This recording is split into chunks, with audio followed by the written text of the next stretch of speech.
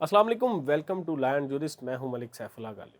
आज की ये रिपोर्ट महज एक खबर नहीं बल्कि आलमी बसात पर बिछाई गई इस चाल की कहानी है जिसके मोहरे हरकत में आ चुके हैं। मशरिक़ वुस्ता से आने वाली खबरों ने वाशिंगटन से लेकर तल अबीब तक खलबली मचा दिया। ईरान ने एक ऐसी वीडियो जारी की है जिसने पेंटागोन के ऐवानों में सफ़े मातम बिछा दी। दावा यह है कि ईरान ने अपनाए हरमज़ में एक अमरीकी ऑयल टैंकर को मिसाइल से उड़ा दिया। पस मंज़र इस कहानी का देखा जाए, आपको ये समझना होगा कि अपनाए हरमज़ दुनिया की वो शारग है जहाँ से आलमी तेल की तजारत का एक बड़ा हिस्सा गुजरता है।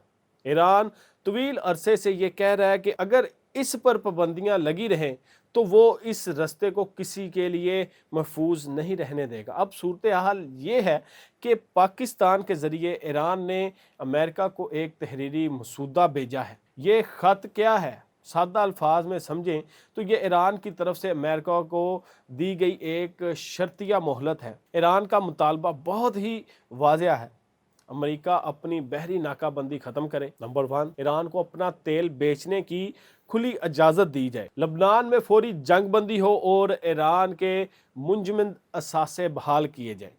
और सबसे अहम बात, अपनाए हरमज़ पर ईरान की बालादस्ती को तस्लीम किया जाए।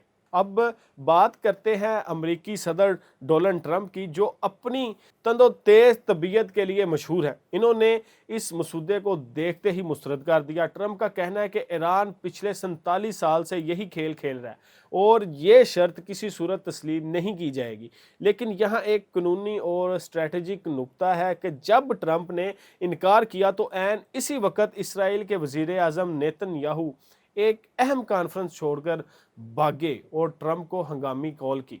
क्यों?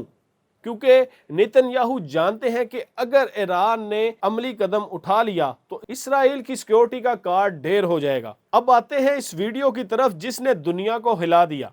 ईरान ने दावा किया कि इसकी फोर्सेस ने एक अमरीकी ऑयल टैंकर को निशाना बनाया है। नाजरीन, ये मामूली बात नहीं है।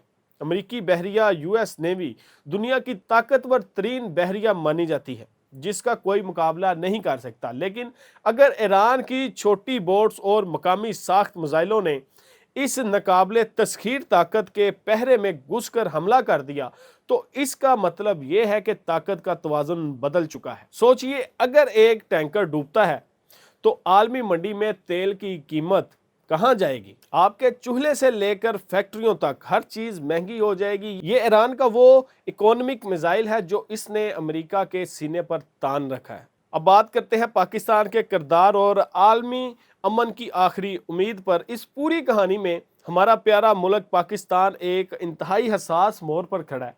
दुनिया ईरान से बात करने के लिए पाकिस्तान की तरफ देख रही है। क्यों?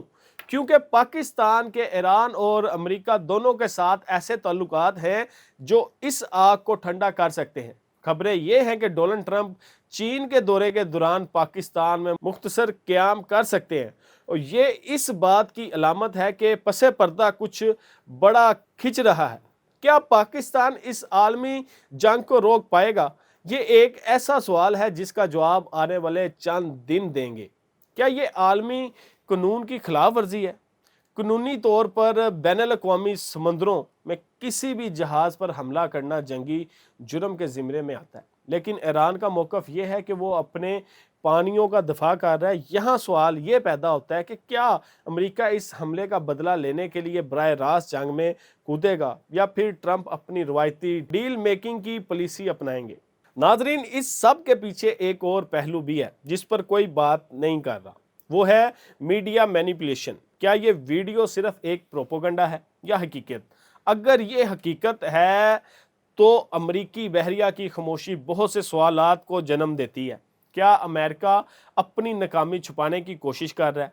आज दुनिया ऐसे बरूद के ढेर पर बैठी है जिसे सिर्फ एक चिंगारी की ज़रूरत है। ईरान का ये इक़दाम चाहे वो अलामती हो या हकीकी, इस बात का सबूत है कि अब मशरिक़ वुस्ता के फैसले वाशिंगटन के बंद कमरों में नहीं बल्कि समुंदर की लहरों पर होंगे। पाकिस्तान के लिए यह वक़्त बहुत बड़ी आजमाइश का है क्योंकि हमारी मैशत और सलामती इस खित्ते के अमन से जुड़ी हुई है। हमें यह सोचना होगा कि क्या हम एक और आलमी जंग के दहाने पर खड़े हैं या फिर ये सब एक बड़े समझौते से पहले का तूफान है। हकाइक आपके सामने है, फैसला आपका है। देखते रहिएगा कि ये ऊंट किस करवट बैठता है, क्योंकि ये खेल अभी ख़त्म नहीं हुआ, ये तो अभी शुरू हुआ है।